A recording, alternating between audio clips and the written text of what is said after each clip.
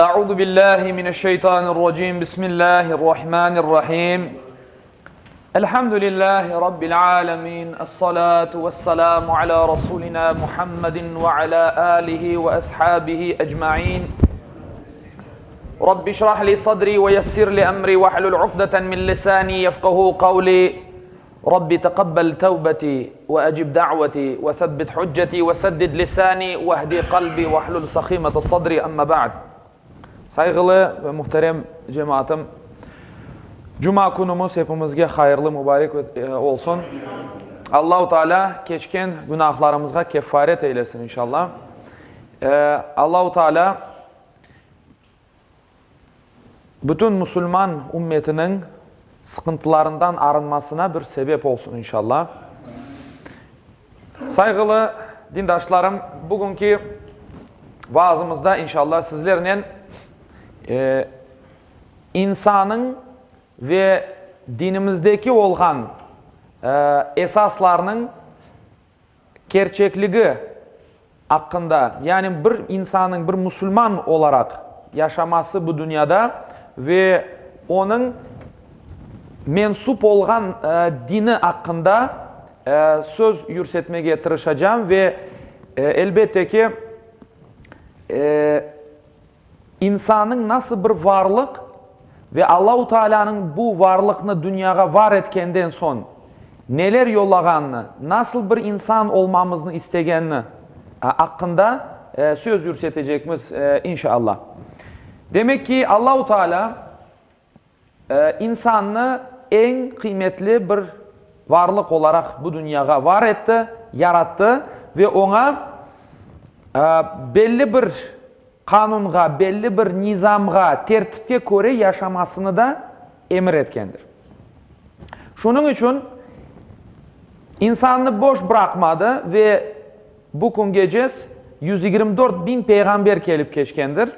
Elbette ki insanın insan sıfatına layık bir şekilde Allah'ın yaratılış maksadına layık ve uygun bir şekilde bu dünyada yaşasın deyip peygamberler yollağandır, kitaplar yollağandır. Elbette ki insan öyle bir varlıktır ki her daim yoldan çıkmağa ıntılgan bir varlıktır. Çünkü nefis taşıgan bir varlıktır. Elbette nefsine uyup, işte şeytanga uyup, doğru yoldan, Allah-u Teala'nın göstergen yolundan ayrılıp, bozgunculukka, fesatka, fitnege, öldürüge sebebiyet yaratar. Demek ki İslam dini ve başka dinler, şimdi bütün peygamberler İslam dinini getirdiler dep aytır isek yanlış olmaz. İslam demek barış demektir. Silim demek barıştır. Bütün kelgen peygamberler insanlıkka fitne fesattan kaçıp barışka davet etkendirler. Birlik beraberlikke davet etkendirler. Yani nefret, kin, zulüm olarını taşlap yaxşılıkka ve güzellikke emir etkendirler bütün peygamberler. Elbette ki insan başka dinge mensup, mesela Hristiyan veya işte Yahudi, olarga da Allah'tan kelgen peygamberler olgandır. Allah'ın sözünü getirgendirler. Ve o kitaplarda demek vahiyde insanlıkını aynı bizim İslam dininde çağrılgan gibi yaxşılıkka ve güzellikke çağırgan ayetler vardır. Ama yazık ki işte dedik insan nefsine uygan bir varlık. Devamlı şu doğru yoldan, doğru ve belli olan yoldan sapıp yanlış yollara kirme böyle bir adeti vardır. Böyle bir hususiyeti vardır. Şimdi İslam bir barış dinidir. Ve insanlıkka güzellikni, barışni emretmektedir. Demek terbiyeli bir insan, terbiye algan bir insan başkalarının, başka insanların, başka dinge mensup insanların, başka milletke mensup olgan insanların her daim barışık olur, Müslüman olur. Yani Allah-u Teala'nın yaratılışına uygun bir şekilde ömrünü geçirir. Ama bizler tarihten ve bugün gecez bazı tarihi vakiyalarga ve günümüzde olup geçken vakiyalarga şahit olamız. Demek insanların canını ağırtmak, insanların hakkını aşamak, insanların demek yüzünü karartmak deyik, böyle bir harekette bulungan insan. Yaratılıştan başlap bugün gecez bu vardır. Mesela demek Adem Aleyhisselam'ın iki oğlu birisi bir öbürünü öldürgen edi. Bilemiz. Kur'an'da ayetleri vardır ve tarihten biz bunu bilemiz. Yani bu bozgunculuk da insanlığın yaratılışından, insanların bu dünyada peyda oluğundan başlap bugün gecez kelip yetkendir. Elbette bu bir zulüm. Bu bir zulüm. Günümüzde buna terör deyler. Terörizm. Yani haksız bir yerde insanı öldürmek.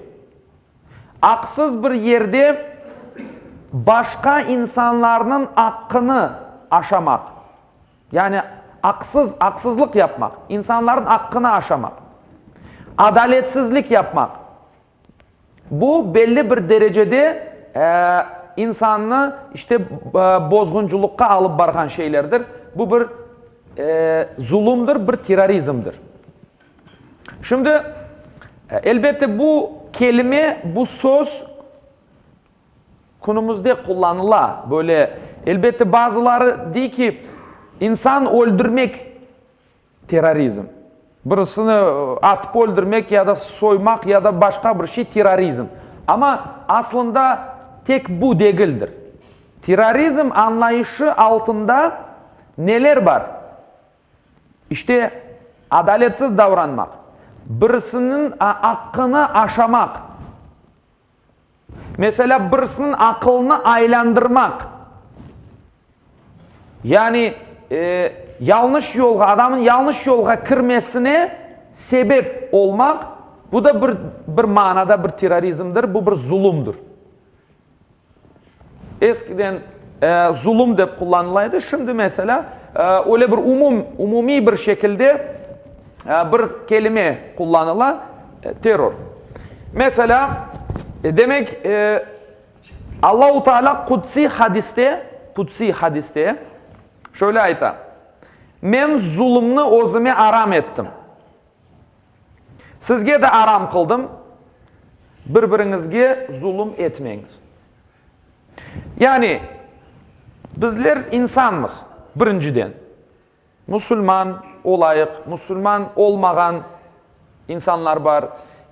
Demek birinciden biz insanmız, birbirimizge nisbeten adaletli, yaxşı davranmak gerekmiz. Zulümden kaçınmak gerekmiz. Çünkü adaletsizlik, kindarlık, başkasına kin tutmak. Demek bütün bunlar insanı öldürüvlerge, can kıyımlarına alıp bargan şeylerdir. Bularını etmek hem İslam dininde olganı da hem başka semavi dinlerde de yasaktır. Yasaktır. Şimdi barış dini, silim, bizim her daim aytkanımız ve tibini çizip aytkanımız barış dinidir İslam. Biz insanlarını barışka çağıramız. Ey insansın, sen kara tenli ol, beyaz tenli ol, başka milletten ol, gel. Ne olsan ol, kene gel, beraber, birlik beraberlik olayık deyip bizler Müslümanlar olarak bunu ilan etemiz bütün dünyaya. Elbette gerçek manada dinine sahip olgan, dinine sadık olgan, Hristiyan olsun, Yahudi olsun, gerçek manada öz dinine sadık olan insan böyle başkasının hakkını aşamaz. Başkasının canına el uzatmaz, birisini öldürmez, birisinin namusuna dokunmaz. Bu kaydan gelmektedir? Allah'ın yollagan dininden uzaklaşmaktan peyda olar. Bizler Allah-u Teala'nın bizge kurgan ve çizgen çizgilerden ve kanun kaidelerden eğer ne kadar uzaklaşır isek, ona göre bozgunculukka, zulümga, haksızlıkka, adaletsizlikке uğragan oluruz. Onun için bizim hepimizin vazifemiz Müslüman olayık, başka bir dinge mensup olayık, insanlıkını bir araya getirmek, birlik, beraberlik yapmak.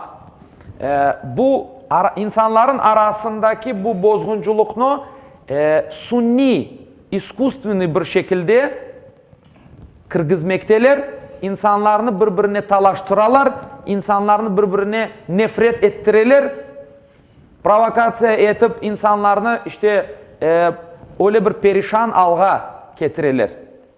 Bu hiçbir dinde yazılı olan bir şey değildir.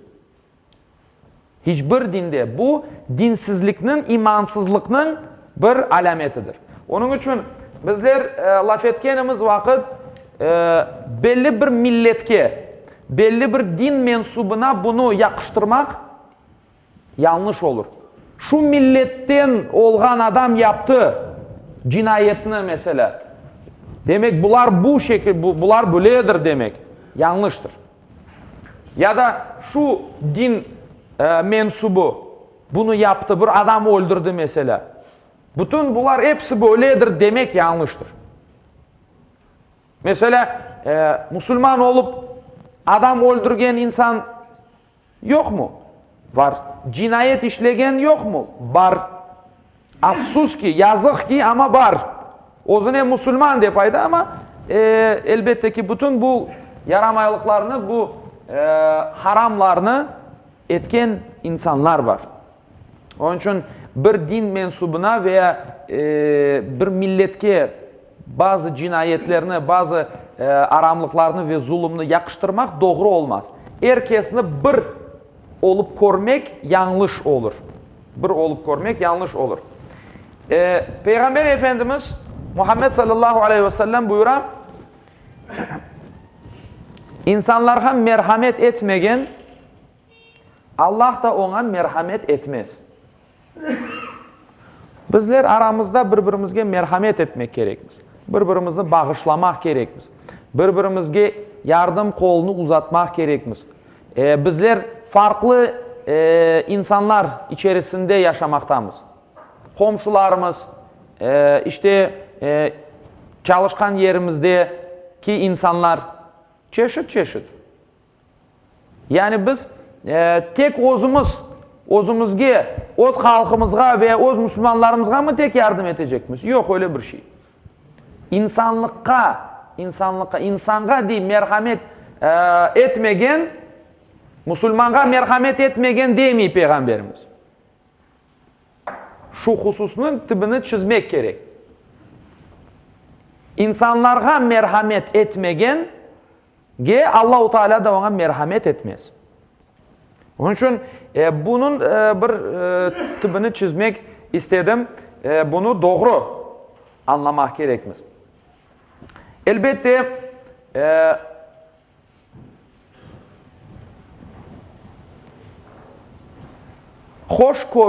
hoşgörü her daim bizde bulunmak gerek, bizde Müslüman şahsiyetinde.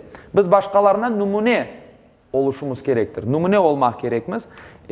Çünkü en son engen din İslam'dır. Yani İslam şeriatı değil.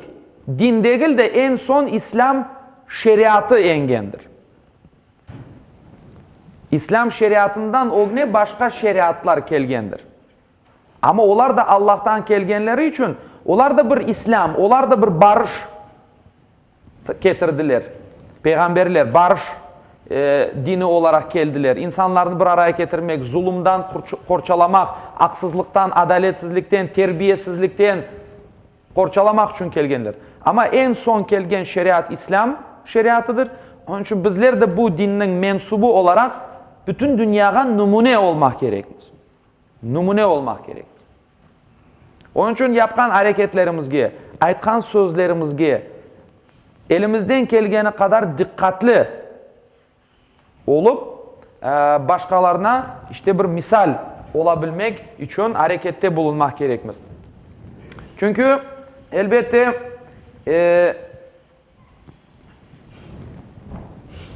Allah-u Teala Kur'an'da deyip kim haksız bir yerde bir insanı öldürse, yani bozgunculuk çıkarmak veya işte haksız bir yerde insanı öldürmek demek bütün insanlıkını öldürmek demek sayılır. Bir insanın canına dokunmak bütün insanlıkның haksız bir yerde elbette. Cenk esnasında mesela sen öldürmesen seni öldürecekler. Ama haksız bir yerde bir canına, bir adam canına dokunmak bütün insanlıkını öldürmek manasına gelir. Ve bunun cezası da ebedi cehennemdir. Cehennemge gider insan. Yani onun için bütün bunlar bizim dinimizin temellerinde saklı olan hakikatlardır. Elbet bunlar qayerden kele? Cahillikten kele. Nege getireceğim ben şimdi bütün bunlarını? İnsan cahil olsa, özünü bilmegen, ne etken, ne aytkanını, ne yapkanını bilmegen insan elbette ki her şeyini yapar. Onun için ilim, bilgi, oku bütün insanlıkını kurtaracaktır bu dünyada. Bizler yani nesil terbiye etmek gerekmiz. Nesil. Balalıktan evlatlarımızı okutup bizler şu nesilini hazırlamak gerekmiz. Bizler nasıl bir cemiyette yaşamaya istesek ona göre hareket etmek gerek. Bizge bağlı çünkü. Birisi gelecek ve bizge her şeyini yerine koyacak desek yanılırız. Bu yanlış bir fikirdir. Bütün her şey bizlerge bağlıdır. Onun için her surette bizler omuzumuzdaki olgan şu mesuliyetini hissetmek gerekir. Balanı yolladın dışarıya, ne kontrol var, ne bir şey var. Balan kayda yürüyek, kimle dost olan, ne yapar, senin haberin yok bir baba veya bir ana olarak. Ondan sonra balan bara illa bir yaramaylıkka, bir haramga bulaşa, sonra sen peşman olasın. Sen kabahatlısın. Men kabahatlı. Hepimiz kabahatlımız, ana babalar olarak. Eğer böyle bir vaziyetke düşken olsa evladımız. Onun için bizge bağlı. Nasıl bir dünyada yaşamak istesek, ona göre adımımızı atmak gerekmiz. Demek, her türlü bozgunculuk, her türlü zulüm yasaklangandır ve bizler şunu bileyik, Allah-u Teala bu dünyanı iyilik için yarattı. İnsanını yarattı, en şerefli varlık olarak bütün mahlukatını onun emrine verdi, iyilik, güzellik olsun diye. Ama elbette bir yaramaylıkның ne olganını bilinmeden de iyilik ne olganını bilinmez. Her şeyin karşılığı vardır bu dünyada. Melekler var, şeytan var. Şeytan da bir melek edi. Yani hafız, her şeyini bilgen ama karşı tarafka geçti, bir düşman kesildi, gururlandı, bir bozgunculuk ortaya çıkarttı. Onun için bizler hangi safını alacağımızı düşüneyik evvelden. Hangi safka geçeceğimizni ve evlatlarımıza nasıl bir yol sayılacaklarını evvelden, balalıktan göstermek gerek olganımızı unutmayın. Yarın öbür gün peşman olmayın.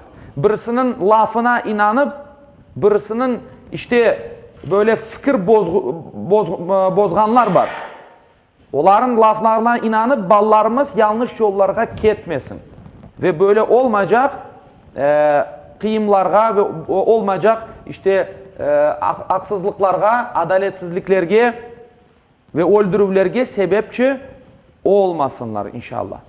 Allah Teala o zaman toprağımızda, Kırım'da barışık bir şekilde, herkesten barışık bir şekilde yaşap, uzun yıllar yaşap, sevinip, kuvanıp yaşamaklar bizge kısmet etsin inşallah. Allah-u Teala cümlemizden razı olsun. Evlatlarımızga sahip çıkan ana babalardan eylesin inşallah. Ve ahiru da'vana enilhamdülillahi rabbil alemin. Bismillahirrahmanirrahim. Elhamdülillahi rabbil alemin. Errahmanirrahim. Maliki yevmiddin. İyyâke na'budu ve iyyâke nesta'in. İhdina sıratal müstakim. Sıratal lezîne en'amte aleyhim gayril mağdubi aleyhim veleddallin. Amin.